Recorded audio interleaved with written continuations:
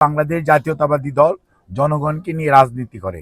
সেজন্যই জনগণের আকাঙ্ক্ষার বুঝার ক্ষমতা বাংলাদেশ জাতীয়তাবাদী দলের যতটুকু আছে, বর্তমানে ক্রিয়াশীল কোনো রাজনৈতিক দলের সেই অতীতও নাই, সেই ঐতিহ্যও নাই।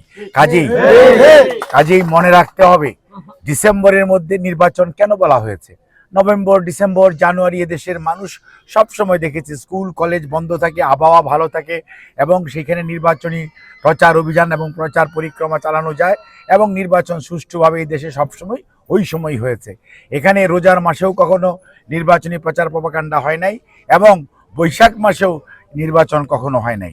কাজে মনে রাখতে হবে, ইন্টারমিডিয়েট এবং মেট্রিক পরীক্ষা অর্থাৎ পাবলিক পরীক্ষা এবং আমাদের মাদ্রাসা সমূহের পরীক্ষাগুলোকে বাদ দিয়ে সেই প্রতিষ্ঠান বন্ধ রেখে সেই সময় নির্বাচন অনুষ্ঠান করার যে প্রচেষ্টা, সেটা আমি মনে করি জনগণের আশা আকাঙ্ক্ষার সাথে সামঞ্জস্যপূর্ণ নয়।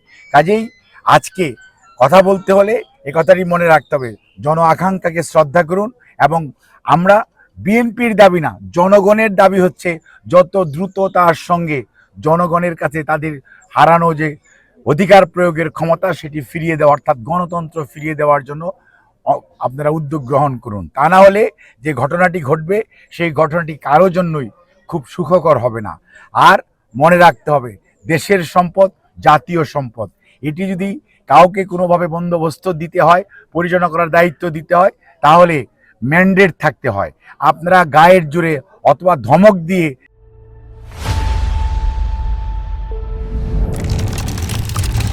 যেভাবে কথা বলেন এবং যে ধরনের বডি ল্যাঙ্গুয়েজ ইউজ করেন, এটি সঠিক না। গণতন্ত্রের ভাষা এটা না।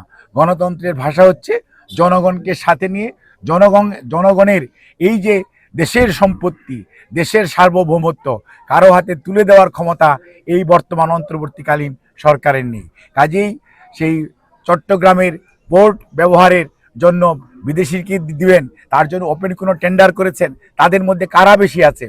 39 জনের মধ্যে পার্শ্ববর্তী একটি দেশের সবচেয়ে বেশি সংখ্যক লোক আছে, তাদের আপনারা কিভাবে প্রি কোয়ালিফাই করেছেন?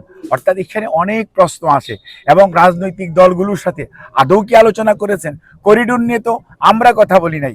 করিডোর নিয়ে প্রথম এই সরকারের কতিপয় উপদেষ্টা অনেক বড় বড় কথা বলেছে, তারপরে যখন দেখেছে জনগণ এটা মানে গ্রহণ করছে না, তখন বলে কি করিডোর নিয়ে কোনো আলোচনাই হয় নাই। অর্থাৎ আমরা কিন্তু করিডোর জানতামও না, করিডোর কি জিনিস আছে সেটাও বুঝি নাই, কিন্তু আলোচনার অবতারণা করেছে কতিপয় উপদেষ্টা। কাজে এই সরকারের মধ্যে এখনো স্বৈরাচারের দোসর লুকিয়ে আছে, ঘাপটি মেরে আছে, যারা জনগণকে তাদের অধিকার থেকে বঞ্চিত করতে চায়।